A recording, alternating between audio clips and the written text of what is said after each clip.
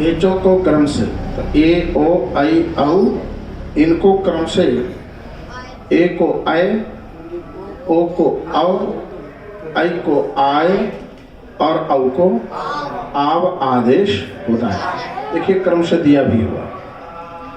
तो पहला है क्रमात् आय, पहला है आय, दिया है ना आय, तो ए को आय हो गया, ओ को औ, ठीक है, और आई को आय, और अंतिम है औ, तो उसको आओ, अच प्रत्यय हाथ परे।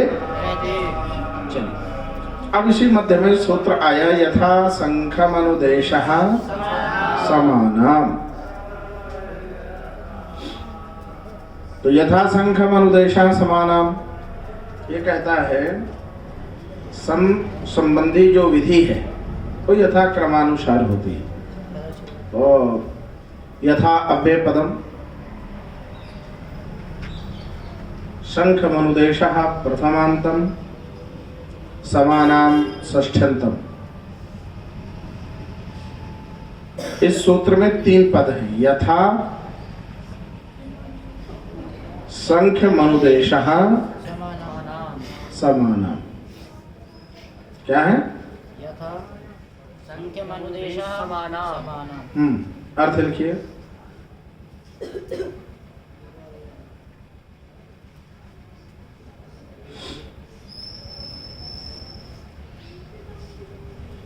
सम संबंधी जो विधि है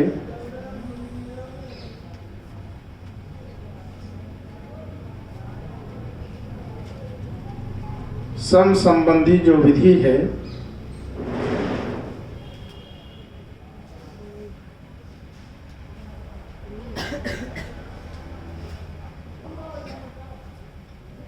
सम संबंधी जो विधि है वह यथा क्रमानुसार होती है, वह यथा क्रमानुसार होती है।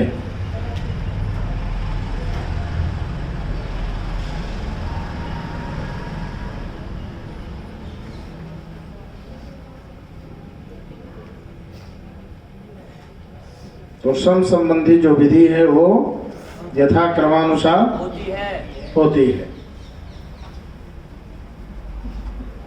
तो इसको अब यूं समझना है, 1 नंबर टिप्पणी है, सभी विद्यार्थी विशेष रूप से टिप्पणी 1 नंबर टिप्पणी पर विशेष ध्यान दें। संबंधिनः उद्देश्या एचो विधेया अयादयस्ता उभय एव चत्वारश्चत्वारस् तुल्य संख्याः तत्रैकारादीनां क्रमेणादय। अर्थात संबंधिनः उद्देश्यः एचो विधेय।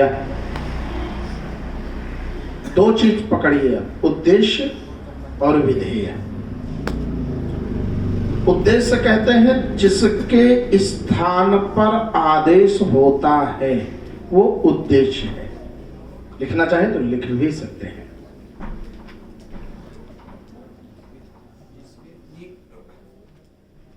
उद्देश्य जिसके स्थान पर आदेश होता है वो उद्देश्य कहलाता है। विधेय जिसका विधान किया जाता है वो विधेय कहलाता है। जिसका विधान किया जाता है जिसके स्थान पर आदेश होता है वो उद्देश्य कहलाता है।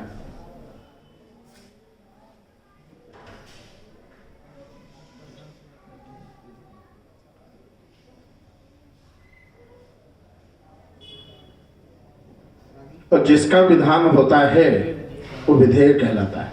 ठीक है, तो ये कहा गया कि जितने उद्देश्य होंगे उतने ही विधेय होना चाहिए, ये शर्त है। यदि उद्देश्य 4 हैं, उद्देश्य मतलब यहां उद्देश्य कौन है? एचा। समझ के चलिएगा, एचो यवा यावा में उद्देश्य कौन है? एचा। और यवा यावा ये विधि है। एचा क्या है? उद्देश्य। उद्देश्य। इसी एच के स्थान पर होने वाला आदेश है अयादि, वो विधेय है। अब जिनका विधान किया जाए एक स्थान पे, एक स्थान पे अय जो विधान है, तो वो क्या, जिसका विधान क्या, किसका विधान? अय का। तो अय क्या हो गया? विधेय।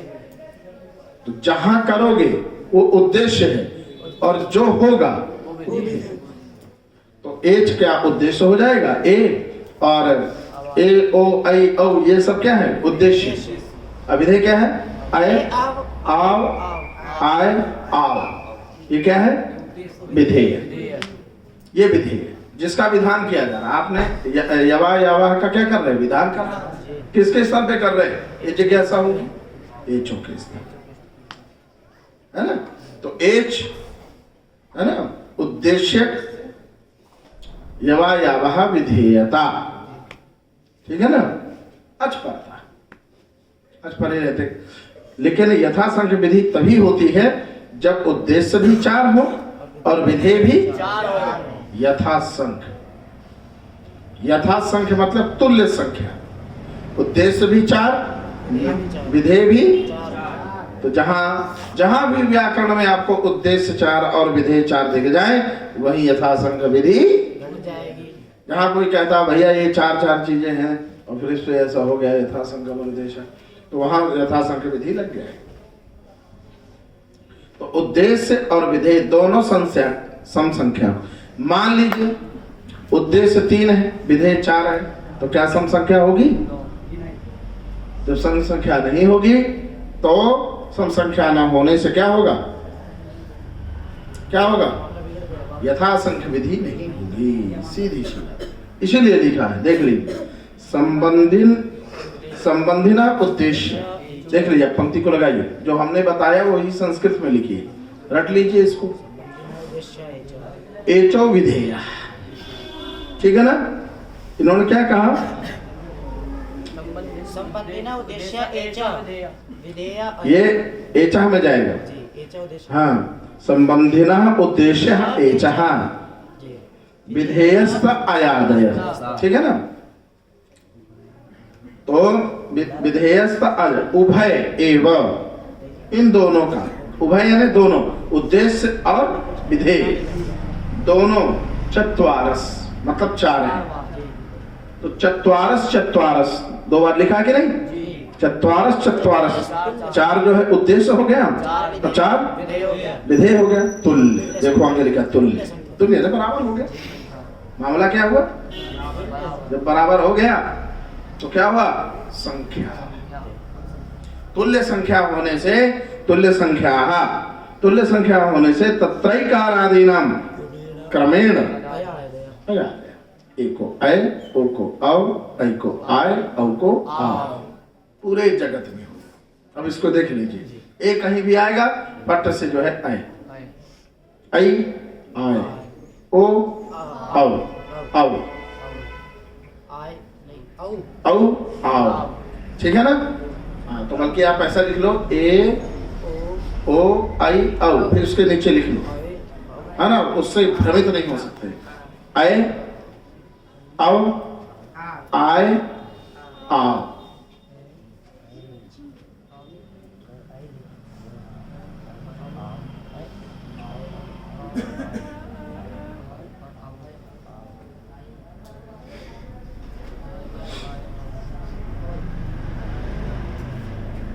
चले।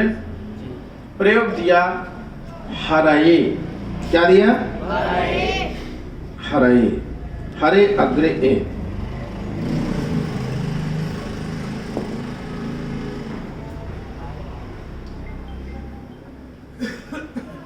हरे अग्रे ए,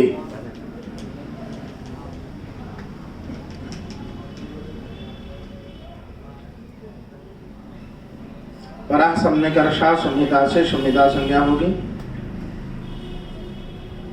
ए और ए के बीच में संहिता है।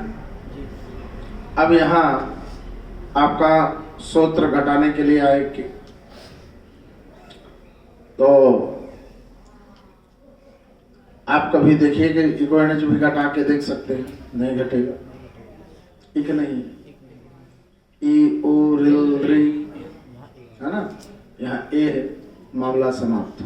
चलिए अब आगे। एचो यवा, एचो को क्रमशः अयादि आदेश होता है, अच पे ले जाएंगे। तो एच क्या है यहाँ? हरे में क्या है? ए, एच है। दूसरी शर्त क्या है? पर में अच होना चाहिए। तो ए जो है क्या अच में आता है? देख लेते हैं कहाँ आता है, गिनिए। आ ई उ री ए, ये आ गया। तो हमें अच भी पर में मिल गया। तो एच जो ए है, हरे में ए है, उसको यथा शंख मनुदेश समानाम, इस सूत्र की सहायता से यथा शंख विधि होगी। तो ए को क्या हो जाएगा? यथा शंख मनुदेशा समानाम निश्चित कर दिया कि भैया ए को आय होगा, आय ही होगा। क्रम से हो रहा है तो क्रमाशु क्रम से चलेगा। तो ए को आय हो जाएगा, तो ए है तो आय हो जाएगा। तो ए को हो गया आय। आय में यह हलंत है, तो क्या बन गया? हर आय ए, मिला दीजिए, है ना। तो आय घटक जो आकार है वो हर के रकार में मिल जाएगा।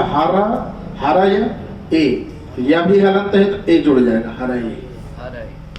हर ए का मतलब हरि के लिए,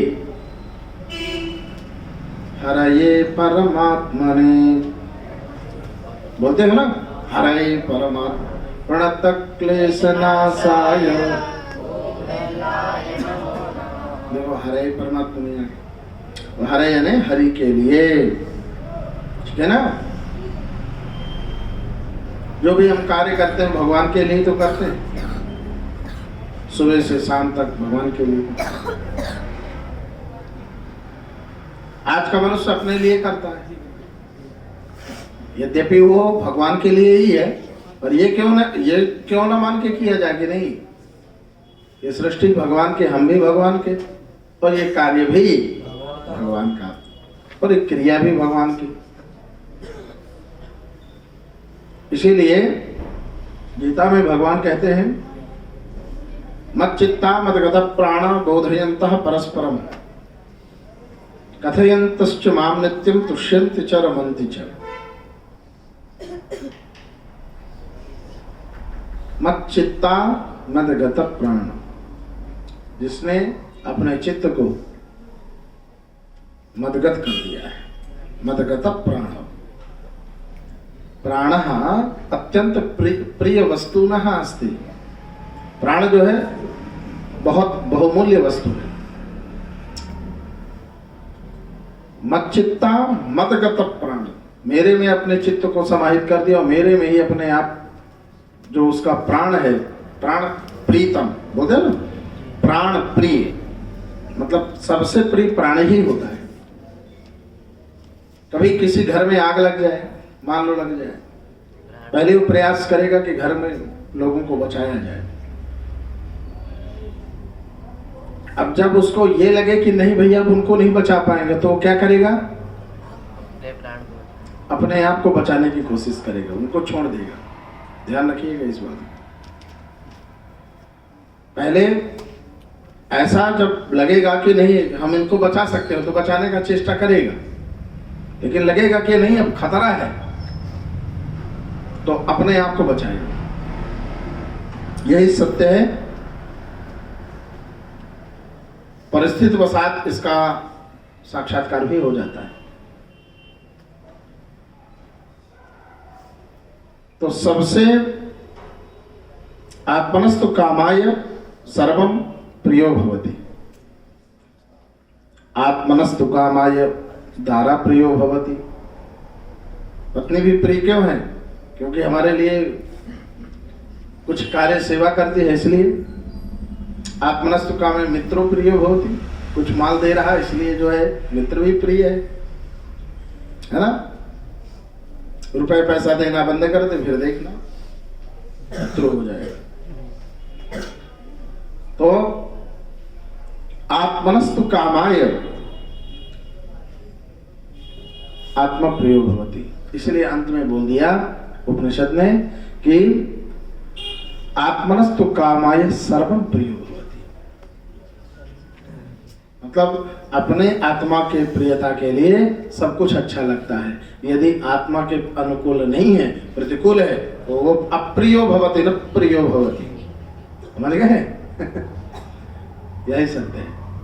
तो ये है, तो हराए परमात्मा। हम जो भी कार्य करें भगवान को समर्पित करके करें। हराए। फिर आगे आया विष्णवे, विष्णु अग्रे ए। अंतर कुछ नहीं, उद्देश्य यहाँ ओ है। सूत्र लगा यचो यवा, परासर निकर्षा से संहिता संज्ञा हो गई। यचो यवा यवा, एचा क्रमादय अब आय। एच कौन है यहाँ? ओ। अचपर में क्या है? ए। ठीक है ना? ये भी अच प्रत्याहार के अंतर्गत। दो शर्त, एच चाहिए और पर में अच चाहिए। एचो यवा यावा सूत्र की शर्त है पूर्व में एच और पर में अच। सीधी सीधा पूर्व में एच और पर में एच मिल गया, पर में अच मिल गया। तो अब ये देखना है एच में ये कौन सा एच है? ओ है। तो ओ को क्या होगा? अव। ओ को अव, वह हलंत रहेगा। तो क्या बना? विषण, णा भी हलंत रहेगा। विषण अव ए। आ मिल जाएगा नकार से विषण, और वा मिल जाएगा ए से, या ए मिल जाएगा वा से, बन जाएगा विष्णवे। विष्णवे यानी विष्णु के लिए। विष्णवे प्रभ विष्णवे, अनेक रूप रूपाय। आया कि नहीं? तो विष्णु के लिए अर्थ हुआ। इसका हिंदी अर्थ है विष्णु के लिए। नायकः, नई अग्रे अकः, नई अग्रे अकः।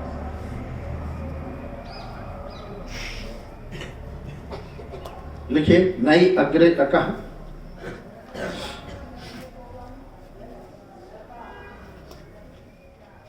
एचो यवा, एचो को क्रम से अयादि आदेश होता है।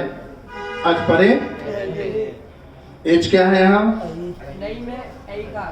नई में ऐकार। अच पर में क्या है? अकः घटक अकार। अच पर में मिल गया। तो आई को क्या होगा? यथा संख्यमनुदेश समानाम। सूत्र की सहायता से आई को क्या होगा? आय। बड़ा आ रहेगा, या रहेगा हलंत। क्या बन गया? न आय और अकः मिला दीजिए। नायका, नायका नेता, नेतारा। नायका है यानी हाँ, 2 नंबर में देखो दे दिया है। अधिभू नायको नेता इत्यमरा। अमर कोशकार कहते हैं ये नेता, पहले नेता कहा जाता था जो नेतृत्व करता था, जनता का प्रतिनिधित्व करता था, समाज का, राष्ट्र का, देश का प्रतिनिधित्व करने वाले को नेता बोलते हैं, नेतृत्व करने वाले को। अब नेता यानी चोर हो गया है। अब कलयुग में नेता का अर्थ हो गया है चोर। जितना ही बड़ा नेता उतना ही बड़ा चोर। हमारे गुरु जी इसका अर्थ करते थे, नेता यानी चोर। आज का जो है नेतृत्व कहाँ करते हैं? समाज से पैसा चुरा चुरा के अपना घर बनाते हैं। समाज में अखंड संदेश पहुंचाना चाहिए तो विखंडन की स्थिति, जातिवाद पैदा करते हैं। वोट बैंकिंग के लिए कुछ भी करना पड़े, किन्नरों को भी जो है महामंडलेश्वर की उपाधि देनी पड़ जाए। देखिए कुंभ में क्या चल रहा है। अभी कुंभ में जो प्रचार दिखाया जा रहा है, एक किसी ने भजन गाया है, ये प्रयागराज है ना? आजकल वही रील चल रही है। और उनमें किन्नरों को दिखाया गया। किनको दिखाया गया? क्यों? जगत गुरु शंकराचार्य है, वो कहाँ गए?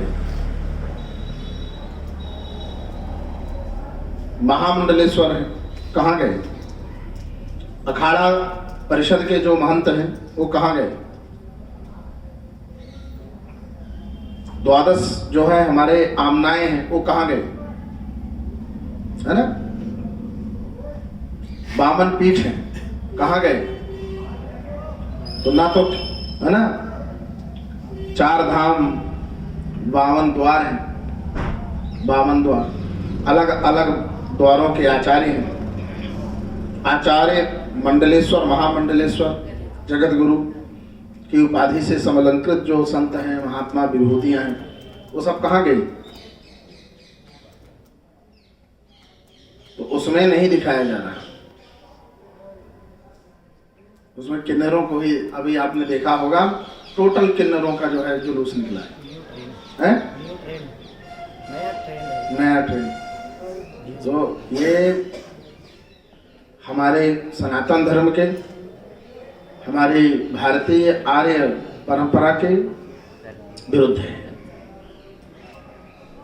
तो ये सब नेताओं का अपना खेल रहता है कि हम किन्नर को भी समाज में स्थान दे रहे हैं, संतों के बीच में।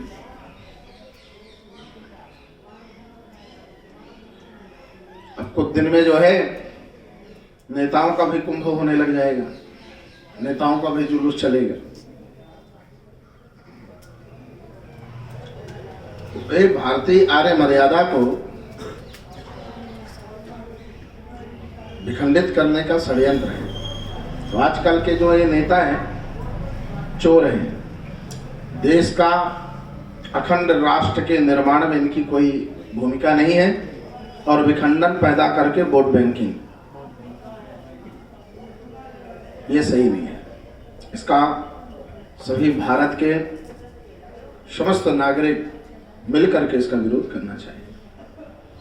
हमारे सनातन धर्म और हमारी आर्य वैदिक परंपरा के अनुरूप यदि कोई कार्य हो रहा है तो वंदन है, अभिनंदन है, स्वागत है।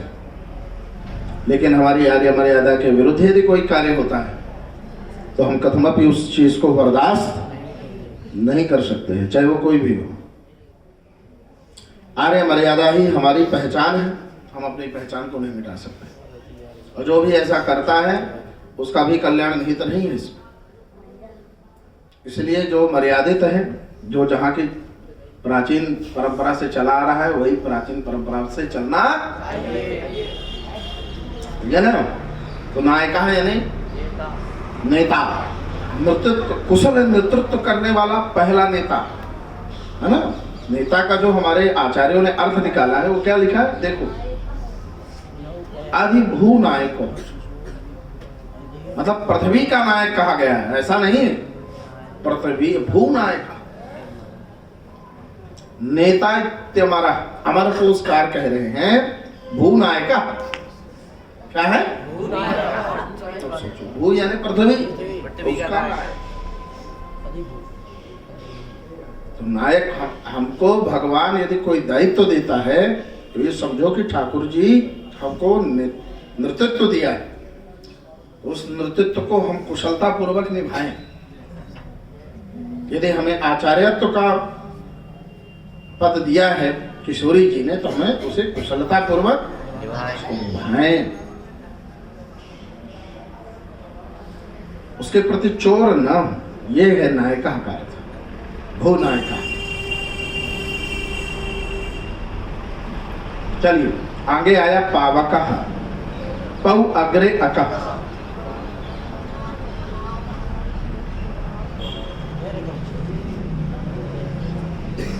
पौ अग्रे अकः, पुनातीति पावकः, नयतीति नायकः, पौतीति पावकः। पुई पवने धातु से बनता है, पुई पवने।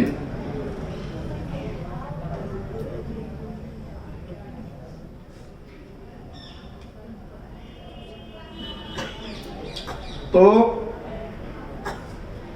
पवित्र करने अर्थ में, पावन करने अर्थ में इसका प्रयोग है। पौ अग्रे अकहा लग गया चो यवा। पौ में क्या है, औ क्या है, एच, और अकह घटक अकार अच पर में है। औ को क्या हो जाएगा, औ को क्या होगा, आव, तो बन गया पा हलंत रहेगा, आव अकहा, तो बड़ा आ मिल जाएगा पा से, पा वा मिल जाएगा आ से, काही है पावकहा। पावकहा का अर्थ होता है अग्नि ही, ठीक है ना। देखो तीसरे नंबर पे कृषाणु पावको नलहा अग्नि इत्यमर, यहां भी अमर को उसकार कह रहे हैं। कृष अनु पावको, कृषाणु पावको अनलह, अनलह अग्नि, ठीक है ना। अनल यानी अग्नि। अग्नि सबको पवित्र करती है। भोजन आप जो भी ग्रहण करते हैं, अग्नि ही उसको शुद्ध करके, सिद्ध करके, शुद्ध को सिद्ध करके आप उसको प्रसाद के रूप में ठाकुर जी को अर्पण कर भोग प्रसाद ग्रहण करते हो। वही आपके शरीर के लिए तो अग्नि ही माध्यम है, तो उसको शुद्ध करती है, सिद्ध करती है, पावका है ना। तो अग्नि जो है शुद्ध, कोई पवने, तो क्या पावनत्व तो है, सिद्ध करने का। एक हमारे पेट के अंदर भी अग्नि है, जठर अग्नि, जो भी आपने खाया वो सबको, जो भी आप ग्रहण करोगे, जो भी पदार्थ वो सब बचा देगी। इतनी तीव्र अग्नि होती है, अग्नि से भी तीव्र जठराग्नि होती। जठराग्नि जिसकी तीव्र है, जो भी जठराग्नि मंद पड़ गई तो फिर समझ लो फिर बचेगा नहीं, ठीक है ना। तो जठराग्नि की महिमा से ही आपका भोजन बचता है, पावका। चलिए, कई प्रकार की अग्नियां हैं, उन अग्नियों का विशेष रूप से वेदों में, उपनिषदों में अलग अलग वर्णन है। 7 प्रकार की अग्नि का वर्णन है। तो इस प्रकार से अभी आप एक प्रकार के पावका भर जानिए, तो जब उपनिषद पढ़ाएंगे तो आपको 7 प्रकार की अग्नि का। चलिए, ठीक है। वांतो ई प्रत्यय, लिखिए वांतो ई प्रत्यय।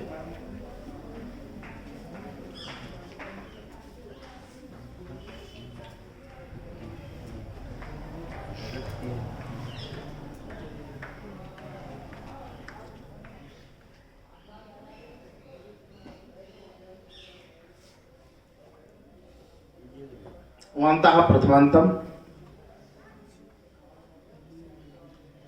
ई सप्तम्यंतम, प्रत्यय सप्तम्यंतम।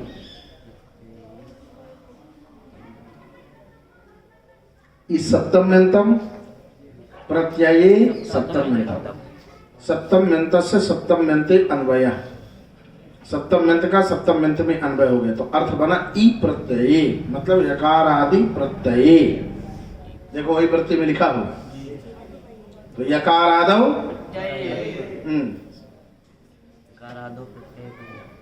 अब देखिए यहाँ आदेश जो हो रहा है वो वांत है।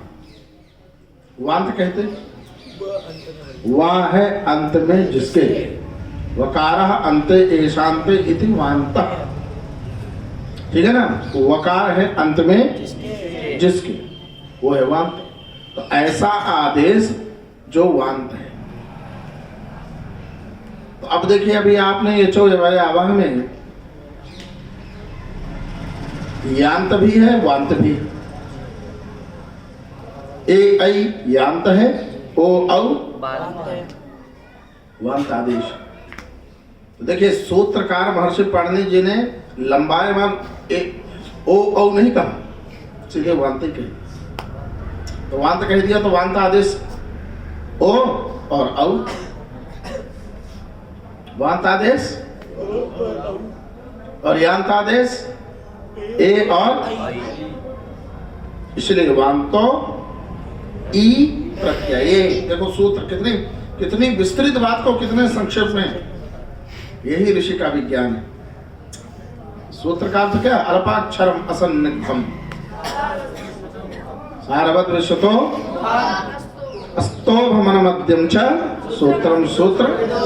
अरे सूत्र का अर्थ ही होता है भैया संक्षिप्ति, संक्षेप में विस्तृत बात को संक्षेप में कहने की पद्धति सूत्र है। भैया सूत्र में बोलिए, मतलब विस्तृत बात को सूत्र में बोलिए। तो यकार आदि प्रत्यय अर्थ लिखिए। 3 पद हैं इसमें, वान्तः, ई और प्रत्यय, 3 पद हो गए। अर्थ लिखिए। यकार आदि प्रत्यय के परे रहते, यकार आदि प्रत्यय के परे रहते ओ और औ को, ओ और औ को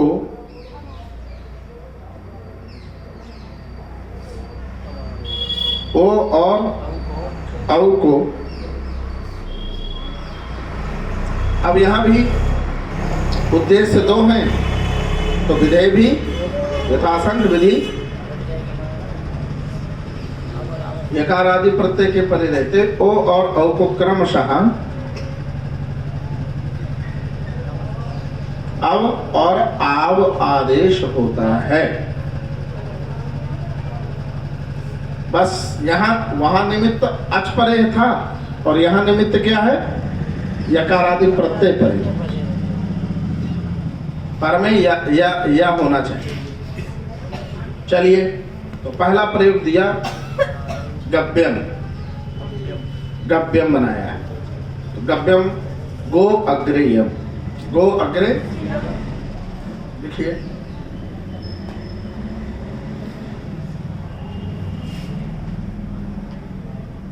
किसी को संदेह हो, कोई प्रश्न हो वो पूछ सकता है।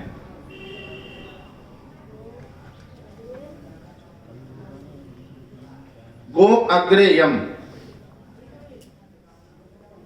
क्या यहां भैया पंडित जी आप बताइए, क्या यहां एचो यवा यवा सूत्र लग सकता है?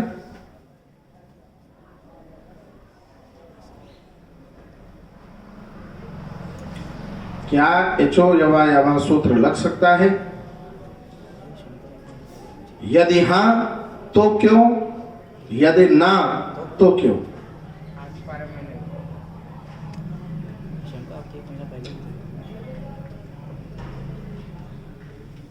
किचन अभी अग्रे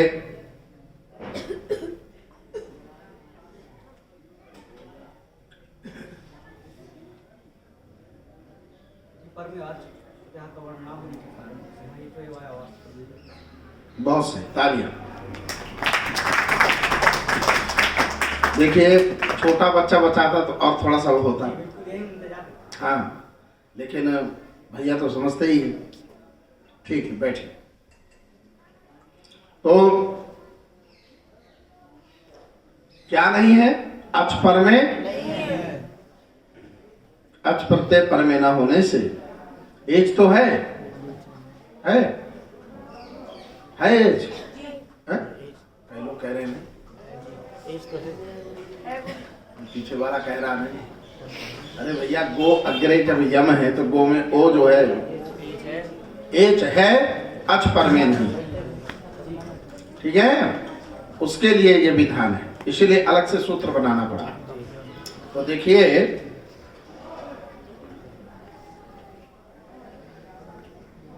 यकार आदि प्रत्यय पर में रहते तो यम घटकः यकारः परतः, है ना? गो के ओ को, गो के ओ को वांत आदेश हो गया, तो ओ को वांत आदेश क्या होगा? ओ को अव होगा, तो बन गया ग अव यम, मिला दीजिए गव्य। ग हलंत रहेगा, अव मिल जाएगा इससे, वा मिल जाएगा या से, गव्यम। गौर विकार होती गव्यम, गाय के विकार को गव्य कहते हैं। पंचगव्य बनाते हो तो गाय का ही तो विकार रहता है, 5 होता है। गोबर,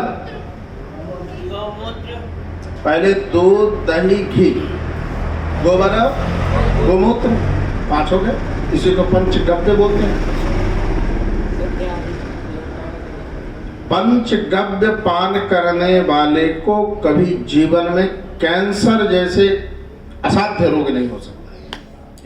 नोट करें, हमारे ऋषियों का अनुसंधान है कि जो कैंसर रोग है, कैंसर ही है, कैसा कैसा, तो कैंसर जैसे रोग को ये हमारा पंचगव्य गाय का, बशर्ते गाय देसी होनी चाहिए, गोपदवाच्य, गोपदवाच्य, सीधी सी बात।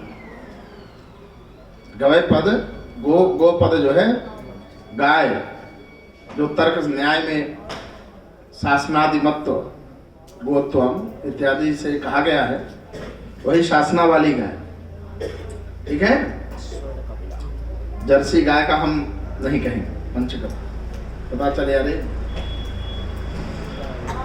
तो कुछ ऐसी नस्ल भी आई हैं, उनको गोपदवाच्य माना जाए, वो ठीक नहीं है, क्योंकि हमारे वैज्ञानिकों ने रिसर्च किया है नासा के, और बता दिया है कि देसी गाय में ही ये सारी विशिष्ट औषधियां पाई जाती हैं आयुर्वेदिक। इसलिए पंचगव्य दूध, घी, दूध, दही, घी, ठीक है, और गोमूत्र और गोबर, थोड़ा सा गोबर की मात्रा मिलाकर पंचगव्य, उसमें मात्रा भी है, कितनी मात्रा में क्या मिलाना है, उसको मिला के पंचगव्य बनाइए, और फिर उसको एक कोई मंत्र है, उस मंत्र के द्वारा उसको ग्रहण कीजिए। कभी आपको कोई रोग नहीं हो सकता, उदर संबंधी, शरीर से कोई भी। पंचगव्य जो नित्य पान जाते हैं, जो बड़े बड़े विभूतियां हैं, वो सब पंचगव्य ले रही हैं।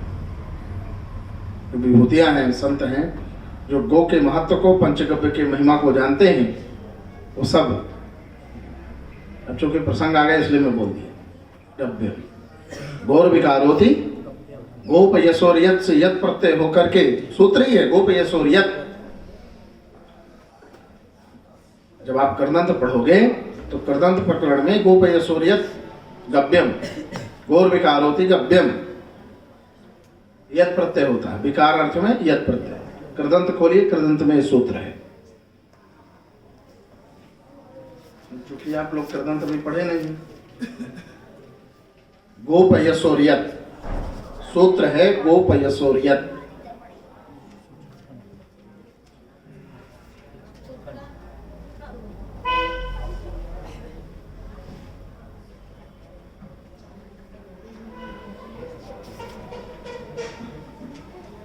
वहां भी गव्यम बना है।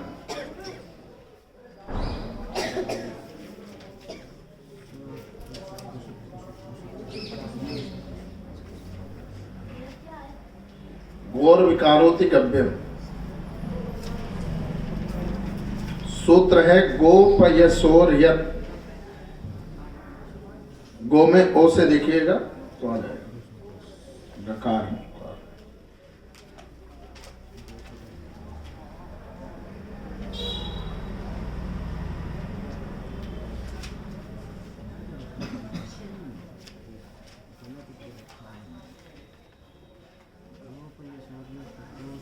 कृदंत में है, पूर्व कृदंत में देखिए।